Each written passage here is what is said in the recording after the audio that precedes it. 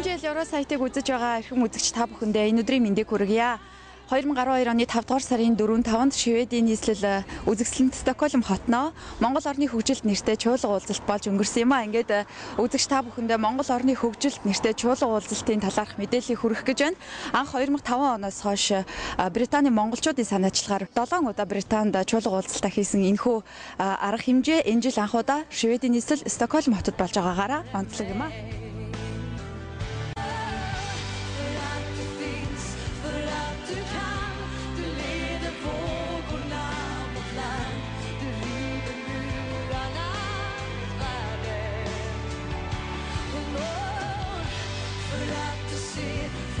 Шведийн нийслэл Стокгольм хотноо энэ оны 5 дугаар сарын 4-5-ны өдөр Монгол орны хөгжилд нэртэй 8 дугаар чуулга уулзалт амжилттай болж өнгөрлөө.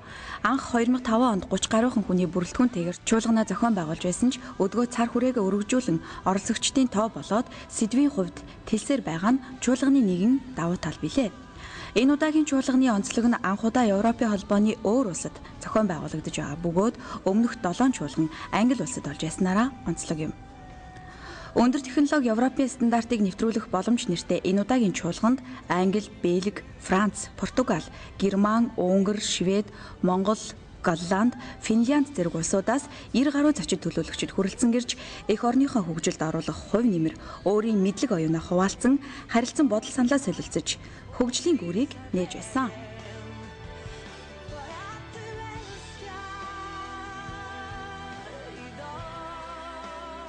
Энэ Монгол улсын хөгжилд чуулга уулзалт анх 2005 онд санаачилж Их Британд монголчуудын холбоо, Их Британь, Умард Ирландын нэгдсэн улсад улсад суугаалчин сайдын яамтай хамтар зохион байгуулж байсан. Тэр үед би чин сайдын яам зөвлөхөр ажиллаж байсны хувьд бас залуучуудын санаачлагыг дэмжиж байсан. Тэгвэл тухайн үед бол чинь Их Британь суралцагчдын хэмжээ зохион байгуулагдчихсан болвол энэ маань их өргөцсөн байна л да. Нодлон жил энэ 7 дугаар чуулга уулзалт намайг үндсэн илтгэгчээр урьж энэ умардын орнуудын хөгжлийн загварын асуудлаар илтгэл тавилж исэн.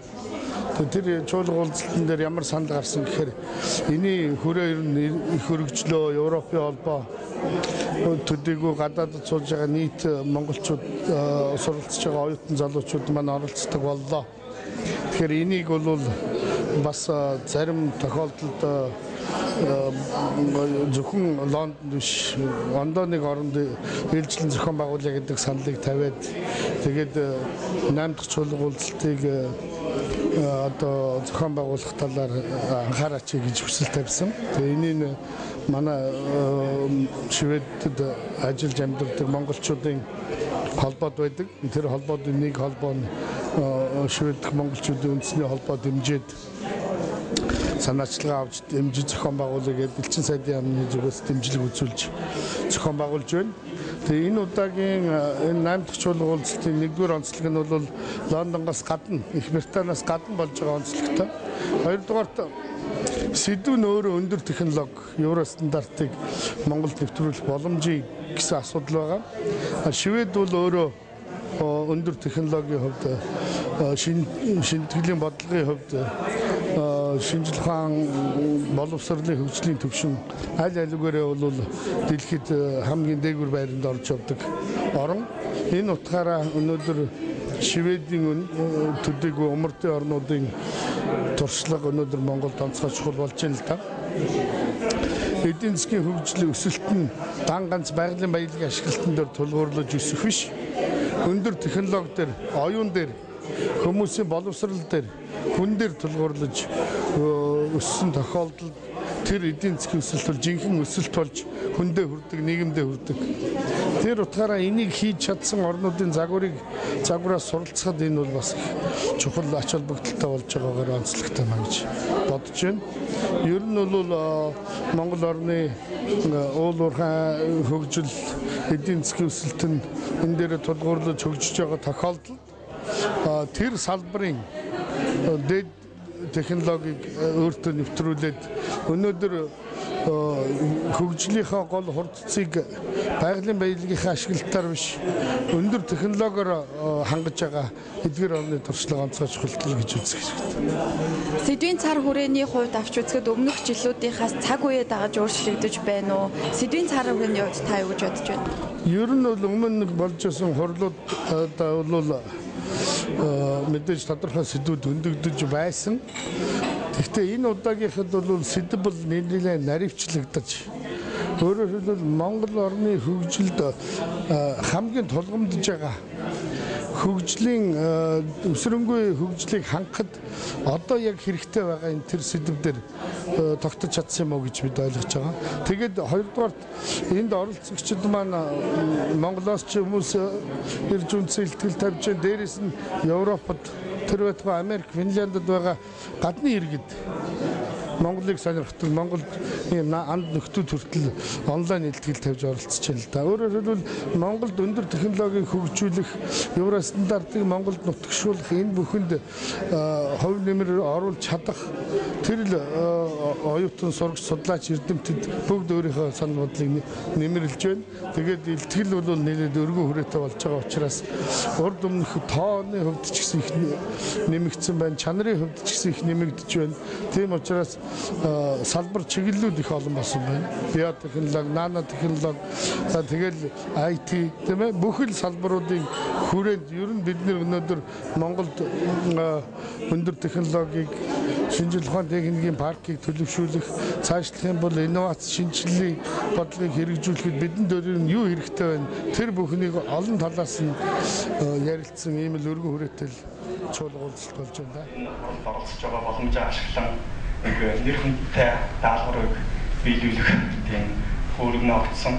Энэ нь бол Британд сууж байгаа монголчуудын холбооны ерөнхийлөгч захин өөртөө үндэслэгчдийн нэг манай хурлын өнөөдрийн хурлыг зохион байгуулагчдын нэг Цэрэн Батыг бол Монгол улсын ерөнхийлөгчийн зарилгаар Алтан ганц одонгоор шагнасан байгаа.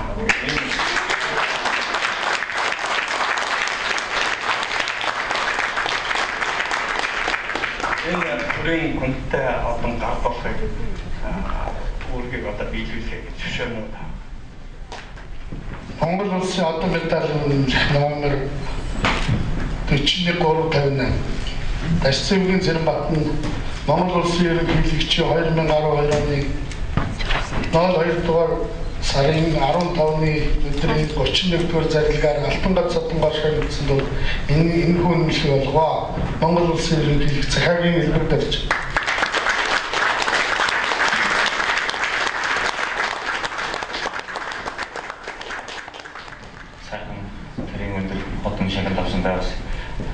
баярлалаа. Энэ бол та бүхний хамтын ажиллагаа энэ бүхний үр шим бид хамтдаа байсны одоо ач тусыг манталсаг бас хэмжээнд өнгөж ингэж нэр төлөвлөж намайг шинжээ гэж ойлголоо. Хойштоо чуулган маань ингээд тасралттай болон өргөжиж Монгол улсын хөгжил болон хойноор оруулах гэж ерөөе заавал. Монгол орны хөгжилд 8 дугаар чуулга уулзалт энэ удаад уламжлал ёсоор 4-ний өдөр зөвлөлдөх уулзалтаараа эхэлсэн бөгөөд Монгол улсаас Шведийн Ван тулсад цугаа онц бөгөөд бүрэн эрхэд элчин сайд инх мандах болон улс улсын төлөөлөл болсон зочдоос гадна холбооны тэргүүд, удирдах зөвлөлийн гишүүд чөлөөт ярилцлага өрнүүлэн гадаадад амьдарч буй монголчуудын өнөөгийн байдал, тулгамдсан асуудал, цаашид хэлэлцэгдэх асуудлуудын талаар ярилцсан. Мөн энэ үеэр Монгол Ардын нам болон иргэний зориг ногоо намууд Европын монголчуудын холбооны зүгээс хүсэл тавьсны дагуу хүрэлцэн ирж хамтран ажиллах гэрээнд гар үсэг зурсан юм а. Монгол орны хөгжилд 8 дугаар чуулга уулзалт маань үзэгч та бүхэнд үргэлжлэн хүрсээр байна. Тэгэхээр үзэгч та бүхнийг яг одоо Европ Монголын нийгэмлэгийн тэргүүн номон эрдэнэтэй уулзах гэж байна. Энэ өдрийн мэндийг хүргэе. За баярлалаа. Тэгэхээр Европ Монголын нийгэмлэг бас байгуулагдаад удаагүй байгаа хэдий ч гэсэн Монгол орны хөгжилд 8 дугаар чуулга уулзалтыг амжилттай зохион байгууллаа. Тэгээд энэ чуулга уулзалтынхаа талаарх мэдээллийг өгөхгүй юу? За баярлалаа.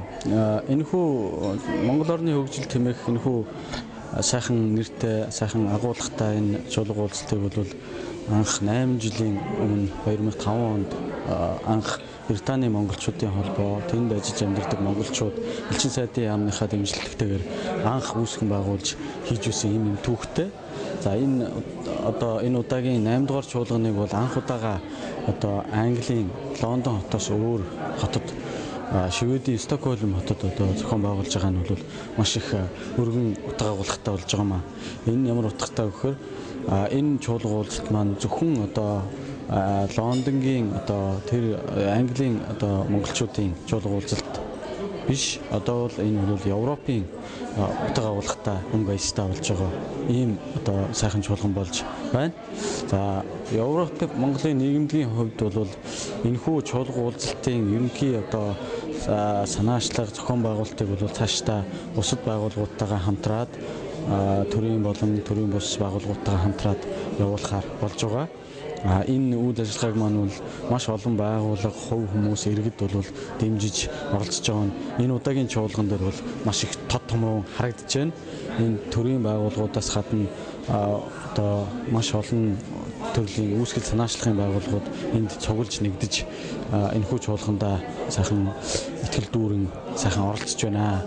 Энэ бол бас Монгол орныхаа хөгжлийн төлөө гэсэн хүн бүрийн бас сэтгэл зүрхний илэрхийлэл гэж би ойлгож байна. Нэг салбар гэж хэлж болох юм да.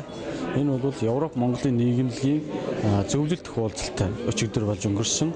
За энэхүү чуулга уулзалтын хүрээнд явагдаж байгаа Европ Монголын нийгэмлэгийн зөвлөлт уулзалтын үеэр бол улс төрийн намуудтай бид нэр Монгол гадаадд ажиллаж амьдарч байгаа иргэдийнхээ талаар улс төрийн намуудтай бид нар харилцан ойлголцсон ийм санамж бичгийг байгуулсан. За энэ санамж бичгийн хүрээнд бол гадаадд ажиллаж амьдарч байгаа монголчуудынхаа чиглэлээр хийгдэх ажлын чиглэлээр эдгээр улс төрийн намууд төрийн бодлогод бид нар хамтарч дуу хоолойгоо хүргэх ийм боломж нэгдэж байгаа юм. За энэ хүрээнд бол Монгол Ардын нам, ардчилсан нам, иргэний зориг ногоо нам гэх мэтлэн Монголын парламентд судалтай гол намуудтай бид нар ажиллаж эхэллээ. За мөн дээрээс нь бол өнөөдрийн Монгол орны хөгжил 8 дугаар чуулганд бас Монгол үндэсний ардчилсан нам хэмээх бас намын төлөөлөл бас өнөөдөр ирж дуу хоолойгоо өргөж бид нартай бас хамтран ажиллахаа илэрхийлж байна.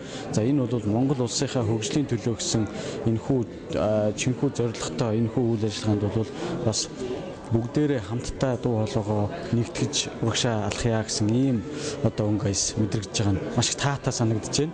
За Швед дэх энэхүү үйл ажиллагааг зохион байгуулахад арга зүйн удирдлага болон санхүүгийн хувьд бол Швед байгаа элчин сайдын яам маань бол маш их үүрэг оройлттой ажилласныг бол энд цохон дурдмаар байна. За мөн энд үйл ажиллагаанд бол элчин сайдтай өөрөө элчин сайдын яамны хамт олон бүгдээрээ л ажил төрлөө бүгдээрээ хувааж аваад хийцгээлээ. Мөн Швед дэх монголчуудын үндэсний холбоо Шведэд зохион байгуулж байгаа арга хэмжээний хувьд бас манай гишүүд дэмжигчид бүхий л байдлаараа бүхий цаг цаваас зохицуулж ажиллаж байна. Европ Монголын нийгэмлэгийн хувьд ч бүхий л хүмүүс маань энэ чуулганыг зохион байгуулахад санхүүгийн болон бусад чиглэлийн дэмжлэгүүдийг авахын тулд маш их хүч хөдөлмөр зарцууллаа гэж би хэлмээр байна. За мөн Монголд ажиллаж амьдарч байгаа цахим өртөө төрийн бус байгууллагын гишүүд маань бол энэ ажлыг зохион байгуулахад маш их хэдэн зүтгэл гаргалаа. Энэ бол нэг хэдхэн хүний хийх ажил биш л дээ. Маш олон чиглэлийн, маш олон мэрэгжлийн хүмүүсийн дуу хоолой, санал санаачлах, дэмжлэг Монгол хэлгээр бол гүйж харайж иж бүтдэг ийм ажил гэдэг нь мэдрэгдэж байна. Тэгээ энэ 7 удаагийн уулзалтыг зохион байгуулсан би энэ хүмүүсээр би бахархаж байна. Яагаад тэгэхээр би энэ удаагийн уулзалтын ерөнхий зохион байгуулалтыг бол бас бусад хүмүүсийн хамтараа удирдах зохион байгуулж хамтарч ажиллаж байна. Энэ бол маш их ажил байд юм байна гэдгийг мэдэрч байна. Тэгэхдээ их ажлын дараа бол маш сайхан санагдаж байна. Маш олон улсууд сэтгэлийн үгээ хэлж байна. Энд зохион байгуулалтанд оролцсон манай холбооны болон бусад хүмүүст талархлын үгүүд цугсаар байна. За энэ бол цаашдын ажилд бол маш их урам өгж байна гэж би ойлгож байна. Тэгээд цаашдаа энэ Монгол орны хөгжил тэмээх энэ дараагийн 9 дугаар чуулган бол Лондон хотноо ингээд зохиогдох юм байна гэж ойлгож байна. Энэ чуулган маань бол ийм нэг жил нь Европын нэг өөр оронд болоод дараа жил нь Лондон хоттой зохион байгуулагдах ийм цирклэр, ийм урсгалаар явагдах юм байна гэдэгт бид нар санал нэгдэж байгаа. Ер нь энэ үйл ажиллагааны гол одоо санаачлага одоо зохиогч нь бол Британий монголчуудын холбоо, Британд хэлчийн сайдын яам. За энэ байгууллагуудтайгаа бид нэр Европ Монголын нийгэмлэг хамтраад мөн бусад байгууллагуудынхаа хүч оролцоог оруулаад ингээд энэ чуулга уулзалтаа зохион байгуулах нь бол нэгдүгээрт эрдэм оюуны талаас маш их ажил үүдэлтэй. Хоёрдугаарт нь энд ирсэн монголчууд бол бас өөр хоорондоо танилцах, эвлэлдэн нэгдэх, цаашдаа одоо үйл ажиллагаагаа холбоолж хамтарч ажиллах энэ боломжийг нээж өгдөгөөр маш их чухал ач холбогдолтой. За мөн одоо бас нэг хэлмээр зүйл бол энэ эрдэм оюуны чиглэлээр хийгдэж байгаа энэ оюуны одоо үйл ажиллагаа маань амьдрал дээр одоо маш сайхан хэрэгжээсэй. Эндээс одоо бас төрийн байгууллага маань тэр бусад байгууллагууд ч маань тэр санаа авч одоо энэ яригдж байгаа асуудлуудыг одоо бас хэрэгжүүлэх тал дээр бол бас их чухал анхаараасаа гэж үзэж байгаа. Мөн бид нар ч гэсэн энэ ажил хэрэг болгохын тулд бид бас ажиллана гэж бодож байна. Одод их маань бол үндэсний хөгжлийн шинтгэлийн хорооны шинтгэлийн болон газрын байгууллагын нөгөө хамтлагын нэр марцчих чинь Камбат. Тэгэхээр Камбат маань одоо Монгол улсад өндөр технологийн ажилтнууд инновацийг хөгжүүлэх талаар үндэсний хөгжлийн шинтгэлийн хорооноос хийж буй ажил өнөөгийн байдал асуудал шийдлийн талаар гэдэг үндсэн илтгэлийг тавина. Шинтгэлийн хорооны гол чиг үүрэг бол улсын хөгжлийн стратеги бодлогыг бид нэр томьёолж гаргаж боловсруулж явах ёстой. За үүнээс гадна бас нэг чухал ажил нь бол энэ инновац өндөр технологийн асуудлыг хариуцдаг манай газар шинтгэлийн бодлогын газрын хариуцдаг байгаа. Инновац өндөр технологийн асуудал бол багаас авч байгаа. Энэ бол аж үйлдвэр, шинжилгээ ухаан, боловсрол, санхүү эдгээс бүх салбарыг хариуцсан ийм том асуудал байдаг. Үүнийг бий болгож хөгжүүлэх гэвэл олон шинтгэлийн орооноос энэ асуудлыг нэгтгэж зангидах, координац хийх бодлогыг нь боловсруулах ажлыг хийдэг юм аа. Улсын макро эдийн засгийн байдал хөгжлийн хандлагын талаар зарим нэг слайд харуулъя. Тэгээд ямар нийгэм тулгамдж байгаа асуудлууд байна гэдэг талаар тогтоод урт тунд хугацаанд хөгжлийн хандлага стратегиуд юу байна, юу гараад байна, сая улс төрийн намуудыг хүмүүс хэлж байна. Ямар стратегиуд Монголд бий болох гээд байна гэдэг талаар. За тэгээд манай хорооноос энэ өндөр технологийн инновацийг хөгжүүлэх талаар хийж байгаа ажлууд тэгээд сүүлийн дүнэлтэд хэлж очиж байна. За эхний хэсэг дээр энэ макро эдийн засгийн үндсэн үзүүлэлтүүд. За энэ дээр бол нэг олон юм ярихгүй эдийн засгийн бол их мундаг өсөж байгаа гэдэг тоонууд байдаг. За гэвч уул уурхайн салбар бол хамгийн том хувийг эзэлж байгааг та бүхэн харж байна. Энэ хандлага бол цаашид бас үргэлжлэнэ. За нэг хүнд ногдох дотоодын нийтдээ 5,000 6,000 мега бүрээ явсан энэ жил бол бас 2,000 гарсан байна. 2005 оноос хойш жил бүр зохион байгуулагддаг Монгол орны хөгжил чуулга уулзалтын өмнөх 7 удаагийн чуулганаар нийтдээ 80 гаруй ихтгэл хэлэлцэгдэж байсан байна.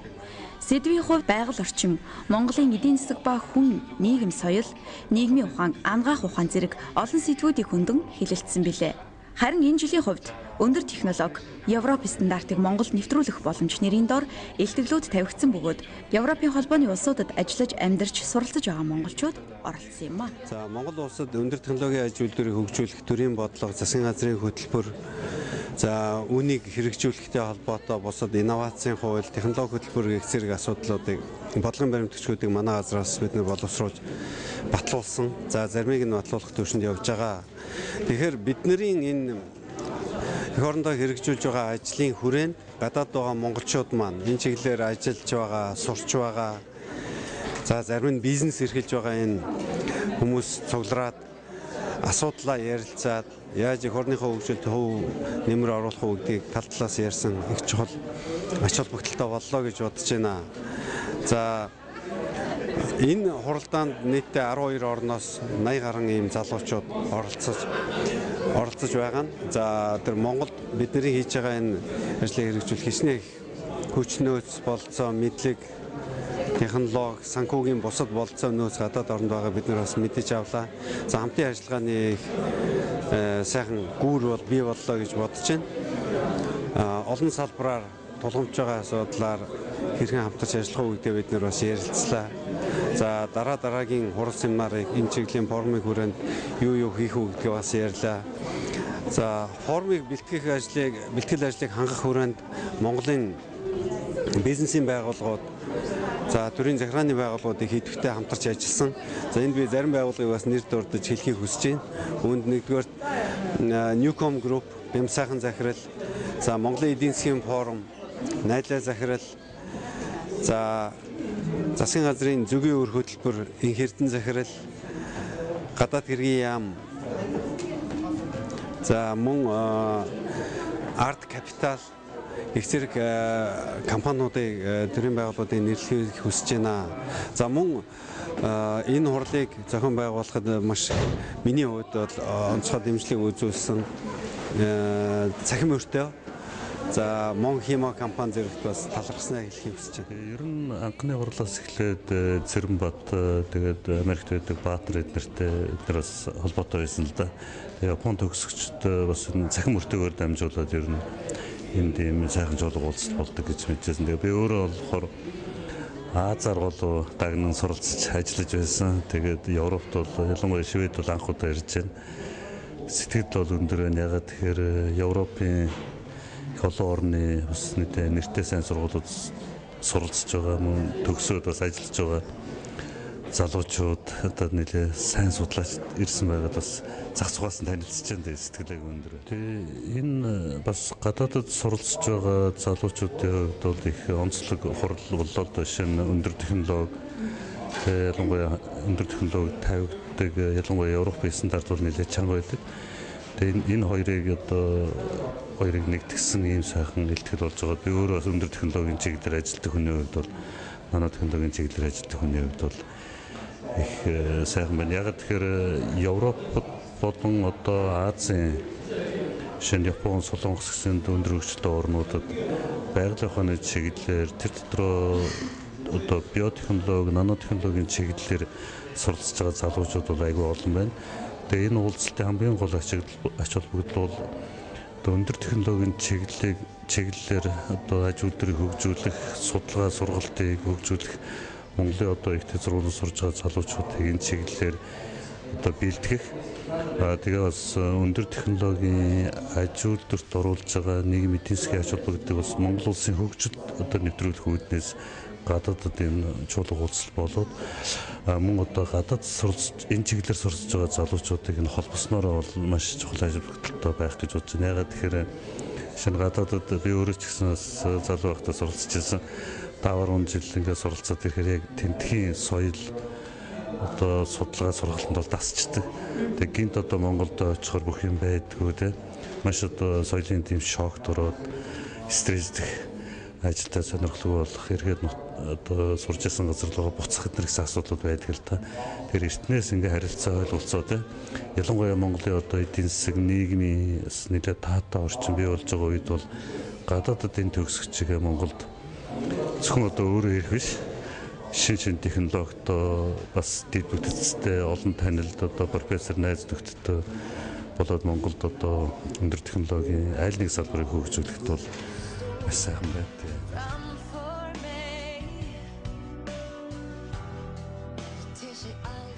Британий монголчуудын санаачлагаар анх зохион байгуулагдаж ирсэн уг чуулганыг элчин сайдын яам сайшаалтаагаар дэмжин ажиллаж ирсэн бөгөөд сүүлийн жилүүдэд төрийн болоод төрийн бус байгууллагууд улс төрийн намууд дэмжих болсон нь чуулганы үр дүнг харуула зогсохгүй амьд холбоо гүйцэтгэж байгаа нь олон монголчуудын чуулгандаа идэвх зөвтөл гаргах оролцох хуримыг сэргээж байна. За баярлалаа та бүхэнтэйгээ энд Швед улсад уулзж байгаад их баярлж байна. Тэгээд энд бол энэ Европын албаны улсуудаас талаас нэлээд олон эрдэмтэн, судлаачид, доктор, магистр сурж байгаа оюутнууд ирсэн байна. Тэгээд энэ шиг манай Монголын бас сор улсан, оюунлаг хүмүүс цугласан ийм сайхан арга хэмжээ монголчуудын маань зохион байгуулж байгаа арга хэмжээнд оролцож байгаад их баяртай байна. Тэгээд энэ ажлын үрээнд Европ Монголын нийгэмлэгтэй Монгол Ардын нам хамтын ажиллагааны санамж жижигт гар хэсэг зурлаа. Тэгээд яг улс төрийн байгууллагууд бас энийг энэ гадаадд сууж байгаа монголчуудынхаа үйл ажиллагааг дэмжих бас нэг том алхам гэж үзэж байгаа бид нар. Тэгээд Европ Монголын холбоо маань өөрснөө бас их сайн ажилдаг энэ Европтой. Тэгээд өөрснөө санал тавьсан хамтын ажиллагааны санамж жижигт бол улс төрийн байгууллага гадаадд сууж байгаа иргэдтэйгээ яаж ямар байдлаар хамтарч ажиллахыг тодорхой заасан залтууд орсон. Миний хувийн хувьд бол анх удаа орж байгаа. Тэгээ манай намын бас нэг хэрэгжүүлж байгаа бодлого зөвгийн үр хөтөлбөр гэх мэт ерөнхий сайдын дэргэд байдаг хэлийн шандах монголчуудын зөвлөл гэж байдаг. Тэгээд тэр байгууллагуудаас бол урд нь одоо жил болгон оролцдог.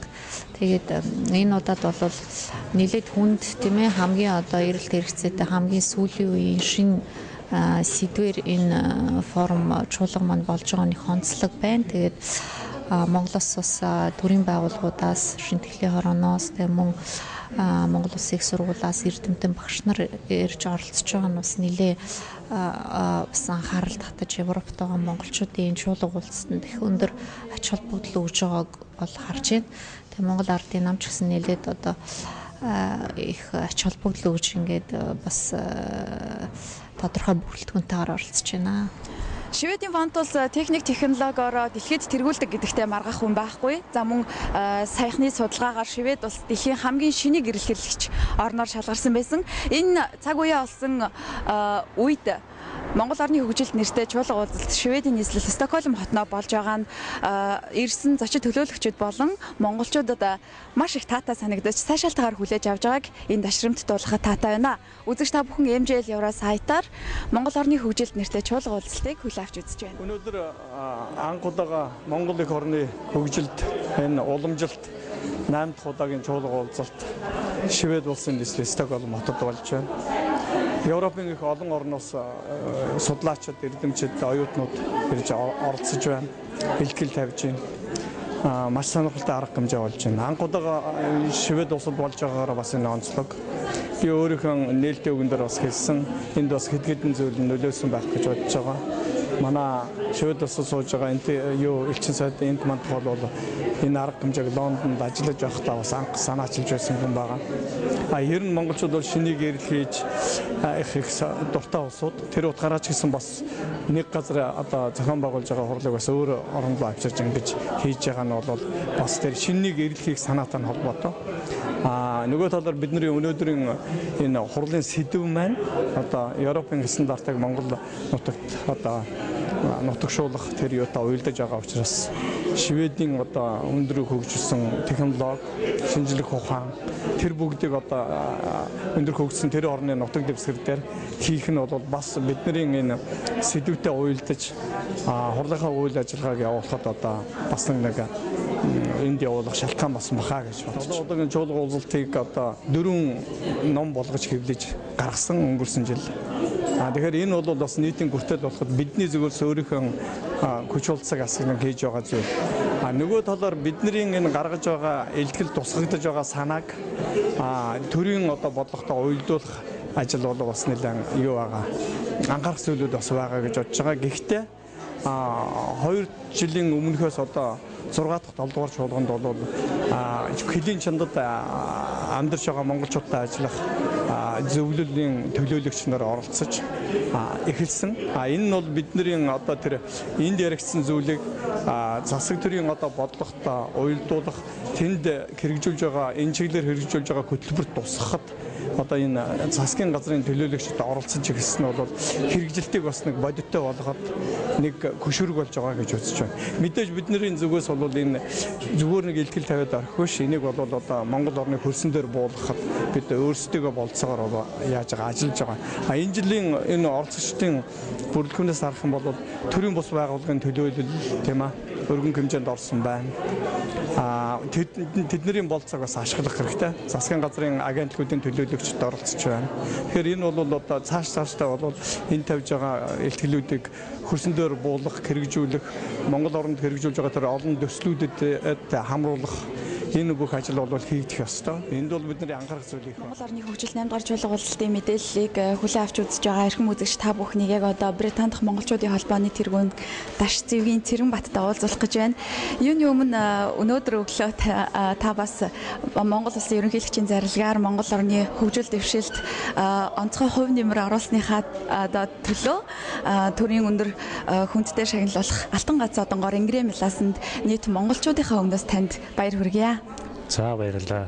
Тэгэхээр өнөөдөр одоо бидний энэ чуулга уулзалт 8 удаа зохиогдож байна. Тэгэхээр энэ 8 удаа зохиосон бидний энэ чуулга уулзалтын энэ үйл ажиллагааг бас үнэлж цэгнээд Монгол Улсын ерөнхийлөгчөөс юм хүнтэй шагналыг хамтан ажиллах хамт олоноо төлөөлж авсандаа баяртай байна. Баярлалаа. энэ удаагийн чуулгаас нэлээд хэдэн онцлогтой болж байна л да. Тэгэхээр нэг нь бол таны хэлдгээр Британаас гарч Швед улсад ярьж одоо чуулга маань 10 дугаар чуулганд зохиогдоод тэгээ Шведд хийх бас хэд хэдэн одоо нөхцөл бүрдсэлтэй. Нэгдүгээрт бол Инг мандах сайд маань өөрөө Британий элчин сайдын яамд ажиллаж байгаад энэ чуулга анх үүсэн санаачлагдаж бий болж байсан. Харин Инг мандах сайд маань чуулганыг бол мэднэ. Одоо бүр анхнаас нь дэмжиж байсан хүний хувьд өнгөрсөн жил очиж бас манай чуулганы гол илтгэгчээр илтгэл тавьж байсан. Нордик загваргаад одоо өөрөгийн судалж байгаа энэ Скандинавын Нордик орнуудын загварын талаар илтгэл тавьж ингэж оролцсон. За мөн Европ Монголын холбооны тэргүүнээр сонгогдсоод Шведийн Монголчуудын үндэсний холбооны тэргүүн номын эрд маань бас бидний чуулганд өмнө 2 удаа оролцож энэ чуулганаар бол тэд нар бас ингээд цэнэглэгдсэн ямар юм байдгийг хардсан өөр төр аваад ихэд ингээд бэлэн болсон ийм бас орчин бүрдсэн байсан. За бас бусад Европын орнууд ажилладаг холбоодууд маань бас бид нар одоо бас хамтраад хийдэг байя гэсэн. Өөр нэг шалтгаан нь бол бас Европын бусад орнуудад хийх юм бол одоо бизнес гэсүүдэд бас хөнгөлтэй нөхцөлд бүрдэх юм байна. Энэ байдлыг харсан бас хамрах хүрээг маань өргөчих юм байна. Ер нь бол бас бид нэр энэ тэнд очиод ингээ хийх юм бол илүү бас сонирхолтой, илүү өргөн дэлгэр болон бие биенээсээ суралцах тэр боломжууд бас бүрдэнэ. Гэсэн хэдэн шалтгааны үндсэн дээр ингээд Швед улсын Стокгольмд хийлээ. Одоо энэ жилийн чуулга уулзалтын өөр бас нэг өөрмөц онцлог нь бол одоо Монголын төр засгийн одоо яг шийдвэр гаргаж байгаа болоод хэрэгжүүлж байгаа энэ байгууллагын бид нартэй ижил төстэй үйл ажиллагаа болж одоо бидний бас дэмжиж хамтран ажиллах зорилготой ийм эрдэм шинжилгээ сургууль соёлын байгууллагын төлөөлөгчид өөрсдийн биеэр хөрөлдсөн гэж оролцож байна. Мөн одоо эдийн засгийн форум гэж байдаг Монголын одоо яг адилхан одоо бас Монгол орны хөгжлийг хэрхэн авч ямар хөгжлийн замаар явах гэдгийг ярилцаж шилцдэг олон талын харилцуулдаг энэ форум маань бас бидний форумыг одоо ингээд 8 жил зохиогдсон гэдгийг үнэлээд ирээд бас оролцоод ингээд ер нь олон талын утгаараа бол энэ удаагийн чуулган их өргөн дэлгэр чуулганы түүхэд бол бас нэг шинэ хуудас найсан ийм чуулга уулзалт болж байна. Үзэгчтэй ингээд энэ өдрийн мэндийг хүргэе. Ингээд энэ хүн Монгол орны хөгжилд уламжлалтын чуулга уулзалтыг ингээд анх удаа оролцож одоо маш их баяртай байна. Тэгээ үүний үнд энэ чуулга уулзалтыг зохион байгуулагч бүх одоо Европын холбооны байгууллагууд энэ манай элчин сайдын яамдуудад талхаснаа илэрхийлье. Тэгэхээр өнөөдрийн өөрөө тань тавьсан илтгэлийн тухайд бас үзэгчтэй хэлвэл ямар сэдвээр илтгэл тавьсан бол? За миний хувьд энэ сүүлийн үед шинэ ухааны одоо нэгэн хавсраг судалгааны салбар болон хөгжиж байгаа химикологийн үндсэн ойлголтын талаар тэгээд түүнийг Монгол улсад хэрхэн хөгжүүлж болох түүнийг хэрэглээний одоо шинэ ухааны салбар болон хөгжүүлэх боломжийн талаар би товчхон илтгэсэн. Одоо манай улсад үнэхээр энэ чиглэлийн талаар одоохондоо одоо ингээд шинээр нэгж байгаа салбар тэгээд энэ одоо хэрэглээний тэр одоо чиглэл нь одоо хэрхэн тийм одоо хэр агуулгатай тэгээд ямар хөө ач тустай манай Монгол улсын тэр одоо миний яг энэ судалгааны чиглэл бол хөдөө аж ахуй тал руугаа нэлээд суур судалгааны мэдлэгийг түгээж өгөх тийм салбар байгаа. Тэгээд энэ талаар хүмүүс их сонирхож асуусан. Европод ажиллаж амьдарч байгаа монголчуудаас маш олон шинэ санаанууд төрсөөр байдаг. За үүний нэгийг бас яг одоо үзэгчид та бүхэндээ танилцуулах гэж байна. Европын мэдээ хэмээх сар тутмын чөлөөт хэвлэл одоо хэвлэгдэж эхэлсэн байна. 2 дахь дугаараа уншигчдын хүртэл болгосон байна. Тэгээд энэхүү сэтгүүлийг Унгарт байгаа одоо монголчууд болон Унгар одоо хүмүүстэй хамтарч энэхүү одоо сэтгүүлийг гаргаж эхлээд байгаа маань. Энэ сэтгүүлийг эрхлэн гаргаж байгаа хүмүүстэй одоо бас үзэгч та бүхнийг уулзах гэж байгаамаа. Тэгээд энэ сэтгүүлийнхаа танилцуулгыг бас тодруулж хэлвэл. За тэгэхээр энэ Унгарт амьдарч байгаа монголчууд тэгээ Монголд идэвхтэй Унгар залуучууд нийлээд энэ Европт амьдарч байгаа монголчуудаа хэрэгтэй мэдээллийг хүргэе гэсэн энэ үднээс бид нэг юм сонин гаргаад цагаан сараар анхныхаа дугаарыг гаргасан. Мартин амир 2 дахь дугаараа гаргасан. Одоо ингээ 3 дахь 4 дахь дугаарууд нь бас бэлтгэгдээд. Тэгээ энэ зохион байгуулалт Шведийн зохион байгуулагдаж байгаа энэ Монгол орны хөгжилт гэсэн чуулга уулзалтаар бас тусгай сурвалжлагын төр бэлтгээд бас дараагийнхаа дугаарт гаргахаар төлөвлөд энд оролцож байгаамаа. Ингээ сонио бас Шведид байгаа монголчуудаа бас танилцуулж байгаа юм. Бид нар ингээд Швед монголчуудын холбоонд энэ сонио орхичин. Тэгэхээр бас хүсэж байгаа үзэгчд байх юм бол бас энэ сониог ирж авч үзээрэй. Бид нар бас интернет веб хуудас нээсэн байгаа. Яг энэ сонийнхоо мэдээллийг бас тэн дээр тавин EU media.com гэсэн ийм вебсайт байгаа. Тэгээ энэ дээрээс бас манай сонин дээр гарч байгаа нийтлүүдийг бас We would like to publish in a newspaper about economics, life stories, biographies.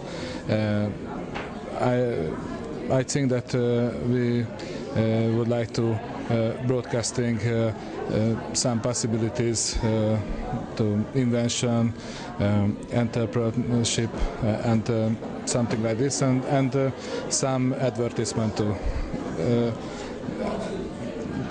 За бид нар бас сэтгүүлдээ уугнаас сонин гэсэн одоо нэртэй яг хоо бид нар бас чанарын ахиулаад бас нэгэн сэтгүүлийн төвшөнд бас хэвлэж байгаа. Тийм. Тэгээд яг хоо бид нар бол эдийн засаг тэгээ хууль эрх зүйн талын мэдээллүүдийг оруулж өгч байгаа. Ялангуяа Европт амьдарч байгаа монголчуудаа би бас жоохон нэмээд өөр тодтоо ирчээ те. Монголчуудаа зориулсан юм хууль эрх зүйн зөвлөгөө. За тэгээд элчингүүдээс өгж байгаа одоо янз бүрийн зөвлөгөө ч юм уу те. Иймэрхүү мэдээллүүдийг оруулж байгаа. За мөн бас сүүлийн технологийн чиглэлийн мэдээллүүдийг ч юм уу хүмүүст хэрэг болох мэдээллүүдийг бас оруулж өгч байгаа. За мөн дээрэс нь Европт үйл ажиллагаа явуулж байгаа компаниудын ер нь Европт монголчуудад зориулж үйл ажиллагаа явуулж байгаа компаниудын зар сурталтайг бас тавьж байгаа. Шведийн нийслэл Стокгольм хотод би 2 дахь удаа ирж байна. Өнгөрсөн жилийн монголчуудын Монголын соёлын өдөрлөгт ирсэн. Энэ бол миний 2 дахь удаагийн Шведэд ирж байгаа айлчлал одоо айлчлал гэх тийм ээ. Би бол Их Британи улсын Лондон хотоос ирсэн. Их Британи улсын Лондон хот дэх Монголын соёлын төвийн дэд захирал. Сая биднээс Их Британи Лондон хотноо нийгмийн арчлал Монголын залуучдын холбоо гэж салбар холбоогоо биднээс байгуулсан. Тэр холбоогоо төлөөлөөд холбооныхоо төлөөлөгч залуучуудтайгаа ирж оролцож байгаа. Соёлын төв маань ийм учиртай юм а. Яг тэгэхээр гадаадад гарч ирсэн монголчуудын маань ерөнхийдөө гадны соёлд ингээд уусан шингэн орох Монгол зан заншил тэр юмнуудаа алдах юу бол ерөнхийдөө бас нэлээд идэвхтэй явдаг учраас тэрэн дээрээ үндэслээд биднээс эхний ээлжинд бол хүүхдүүдэд сургалтын ажлууд эхэлцэх гэж хэлсэн. Тэр маань яг хөглөр Монголын зан заншил, Монгол хэл, дуу бүжиг энэ бүгд бол энэ соёл гэдэг юм алдах юм бол хүн маань ерөнхийдөө одоо нэг ой төрсэн сармагчин гэдэгтэй адилхан болох учраас биднээс Монгол хүн монголоор л байх хэрэгтэй гэдэг гадны байгууллагт гадны улс оронд амьдарч байгаа хэдий ч гэсэн монгол хүн монголоор байх хэвээр энэ зан заншил энэ өөрийнхөө үндэс ухсааг мартаж болохгүй гэдэг юм дээрээс үндэслээд бидний соёлын төв байгуулсан. Энэ арга хэмжээ маань анхны удаа англиас өөр газар болж байгаа шүү дээ. Тэгээд энэ арга хэмжээг зохион байгуулахад одоо маш их цаг зав нэргээ зарж байгаа танаа монголчуудын үндэсний холбооны тэргүүн Номын Эрдэнэ элчин сайд Шведийн онд улсад байгаа онцгой бүрийн эрхтэлчин сайд, инх модох сайд. Бусад та бүхэн одоо энэ яаж байгаа зохион байгуулах ажиллагаанд оролцож байгаа хүмүүсийг заавал би дурдмаар байна. Ягаад гэвэл энэ хүмүүс тодорхой хэмжээр үлддэг. Энэ хүмүүс бүгдэнд нь би ажлын амжилт хүсье, эрүүл энх сайн сайхан бүхнийг Англид байгаа монголчуудад төлөөдөж хүсье. Ингээд иргэний зориг намаас чуулганд ирүүлсэн мэдлэгийг уншиж танилцуулъя. Сайн байцгаана уу эрхэм Монгол ахын дүүсээ. Монгол орны хөгжилд 8 дугаар чуулганы үйл ажиллагаанд оролцогчдоо та бүгдийн чуулга уулзалтын хөтөлбөртэй танилцаад үнэхээр дээр хэлсэнчлэн сүүлийн жилүүдэд төрийн байгууллагын болон улс төрийн намуудын оролцоо чуулганд онцгой хувь нэмэр оруулж байгаад зохион байгуулагчдын зүгээс болон чуулганд оролцогчдын зүгээс баяртай байгаа билээ. Тэр ч утгаараа энэ удаа Монгол улсын ерөнхий сайд Батболд болон Монгол Ардын намын ерөнхий нарийн бичгийн дарга Хүрэлцөх, Иргэний зориг ногоон намын дарга Оюун, Инх бат Дэмбэрэл нар мэдчилгээ илгээснийг намын төлөөллүүд оролцогчдод уншиж танилцуулсан юм а. Европын орны одоо монголчуудын холбоо маань нэгдээд бас ийм том Монгол Европын холбоо болоод энүүгээрээ дамжаад нийт энэ Европын орнуудаа монголчууд маань ингээд нэг орнуудаараа ингээд тойроод хийх болж байгаад нь бол айгүй сайхан өргөжж байгаа юм байна. Бүгдээрээ эх орныхын төлөө яг нэг зүрхтэй, зохилох зүрхтэй, сэтгэлтэй байгаагийн илэрэл юм байна. Энэ нэлээ хөгжих юм байна, тий өргөжих юм байна гэдгийг сая харагдаж гарч эхэлж байна. Өнөөдөр бас ингээд Монголын бас бидний энэ чуулга уулзалтаа хэн хамтарч ажиллаж байна гэхээр төр засгийн байгууллагууд орж эхэлж ирж байна те. Энэ чиглэлийн үйл ажиллагаа явуулдаг байгууллагууд орж ирж байна. Өшөө нь улс төрийн намууд орж ирж байна. Энэ намууд ч бас эндээ санаа авах нь зөв л дөө. Энд ярьж байгаа юмыг улс их орноо хөгжүүлэх яг хуулийнхын дагуу сонгуулийн үеэр мөрийн хөтөлбөрөдөө тусгах тэр нь эргээд манай чуулганаас гарсан үр дүн энэ чиглэлээр ажиллаж байгаа хүмүүсийн маань очих таатай орчныг нь бүрдүүлэхэд л одоо яг ингээд бодлого одоо нэг ясандаа юм эргэх холбоотой холбоотой уялдаатай болох нөхцөлийг хангаж өгч байна л да. Энэ бол яг цэвэр үндэсний хэмжээний монголчууд өөрөө өөрсдийн төлөө их өөрөө өөрсдөө гадаад дотоодоос гадаадаас их өндөр мэдлэг технологийн чанарыг авч улс их орондоо авч чирэгжүүлж энэ чанарыг хөгжүүлэхийн төлөө сэтгэл нэгтэй байгааг нь илэрлэж бодож байна. Тэгэхээр энэ бол айгүй бодиттой хөтөлбөрүүд болно, бодиттой мөрийн хөтөлбөрүүд болно, бодиттой амлалтууд гэдэг юм уу те. Ингээд хэрэгжсэн зүйлүүд нь баталгаажих ингээд ийм уялдаал хэлхээ гарч ирж байгаа гэж ойлгож байна л да. Эдийн засгийн форумыг төлөөлж явж байна л да. Эдийн засгийн форумын өнгөрсөн Монголын эдийн засгийн чуулган 2012-ны 3 сард дууссан шүү дээ. Тэрний нэг үндсэн сэдв нь инновац ба технологийн галц гэсэн сэдв байсан байхгүй. Эдийн засгийн форум бол нэг удаа зөвхөн том хурал чуулган хийгээд тарах биш. Яг тэр ярилцсан сэдвийнхаа дагуу судалгаа хийх тэр судалгаанд зөвхөн Монголд биш гадаад байгаа судлаачдын оюуны хүч хөдөлмөрийг Монгол руу тэр судалгааны ажил руу оруулах. Тэр нь эргээд явсараад бодлогын шийдэл болж гарах хэрэгтэй. Тэрэнд зуучлах хэрэгтэй том бодлогын хилцүүлгийн тавцсан юм байна. Тийм болохоор энэ өнөөдрийн Европын технологиг Монгол нэвтрүүлэх сэдвэр болж байгаа чуулга уулзалт бол яг эдийн засгийн форумын тэр сэдвийн хилцүүлгийн хүрээнд явж байгаа нэг ажил байна. Тэгэхээр хизэнээс байвал эдийн засгийн чуулганы дараа шинэ технологийн орон гам дарга болон бусад яг тэр инновацтай холбоотой сэдвээр ажилласан панел суусан судлаачид болон бусад оролцогчдын хамт ярилцсаны үр дүнд энэ форумд оролцож байгаа. Мэдээж бас дараагийн жилүүдэд хамтран оролцох байх гэж бодож байна. Дараагийн сэдвүүд нь бас хамрах цаар хүрээнийхээ хувьд ямар байгаасаа гэж бодож байна. Тэгээд та хүн мэдж байгаа эдийн засгийн форумын үндсэн зорилго бол Монгол улсын хөгжлийн бодол хамгийн оновчтой болох тэрэнд бусад бүх нийгмийн оролцогчид татан оролцуулах. Тэгэхээр энэ Монгол улсаас гадаадд амьдарч сурч байгаа хүмүүс бол 200 мянга гэж тийм 200 мянгад ч асар өндөртэй байгаа байхгүй. Хүн амын баг жоохон хэтрүүлэх юм бол баг 10% нэ штэ. Тэгээ насан туршсан хүмүүсийн бүр өндөр хөв болоо явчихна. Тэгэхээр гадаадд суугаа монголчуудад нэгэн тийм судалгааны, оюуны, ажлын туршлагын асар их боломж чадах нөөц бүрдсэн байгаа байхгүй. Тэрийг Монгол улсын хөгжилд яаж ашиглах вэ гэдэг бол маш чухал хүчин зүйл юм тийм. Тэгээ тэрийг Монгол руу оруулах нэг л арга байна. Тэгээ энэ бол дор ээж яг энэ 8 дахь удаа зохион байгуулж байгаа чуулга уулзалтанд эдийн засгийн форумаас Монголоос Улаанбаатараас хамтаж оролцох. Энд яригдж байгаа сэдвийг тэр Улаанбаатар хийж байгаа сэдв рүү холбох. Улаанбаатар хийж байгаа сэдвийг ийш нь холбох. Эргээд энэ чинь ярилцлагын үр дүнд Монгол улсын хөгжлийн бодлого бол илүү оновчтой төвшнөр орно. Энд гадаад байгаа монголчууд оюуныг ашиглах юм да. Тэгэхээр дараа жил бол заашгүй яг энэ форумд оролцож таарна. Яг энэ инновац технологийн чиглэлээр бол угаасаа хилцүүлэг нь илүү дараагийн өндөр түвшинд гараад форумын сэдв болоод явна. Гэхдээ магадгүй энэ чуулганы сэдв өөр болж магадгүй л да. Тэгсэн байлаа ч гэсэндээ яг адилхан форумын сэдв бол өргөн гэж бодлоо. Монгол орныхаа хөгжилд агч гэсэн орон нэмэр оруулахын гэсэн чин сэтгэлээсээ энд оролцож ялангуяа өөрсдийнхөө бодож явдаг санаа бодлоо мэдлэг чадвараа тэртээ хуваалцсан илтгэгчид тэгээ юуны өмнө бас талархал илэрхийлье. Нэг өдрийн дотор 20 хэдэн хүний бүгийг сонсоод тэр болгоныг тунгааж аваад гэдэг бол маш хүндэлтэй.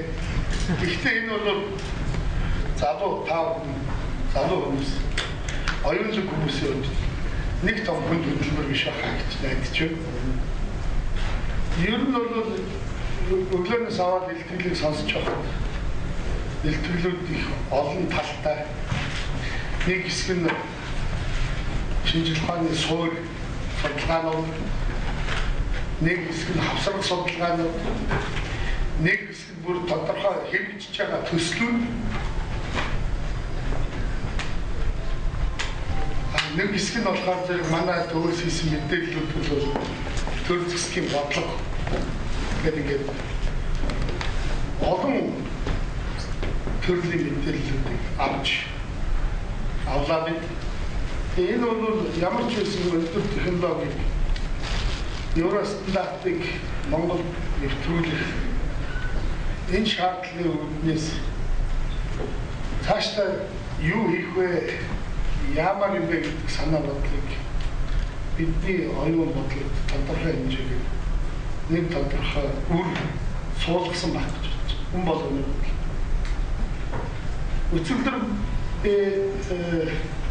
Евро Монголын нийгмийн зөвлөлт уулзалтанд оролцсон Европ дахь орон бүрээс ирсэн Европ Монголын нийгэм иргэн тэргүүлэгчтэй уулзсан.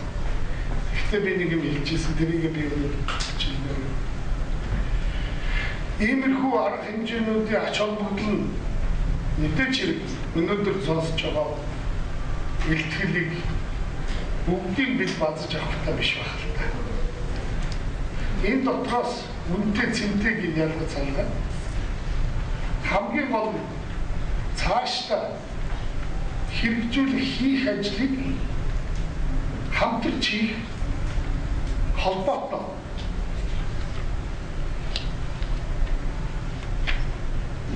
Түншээ.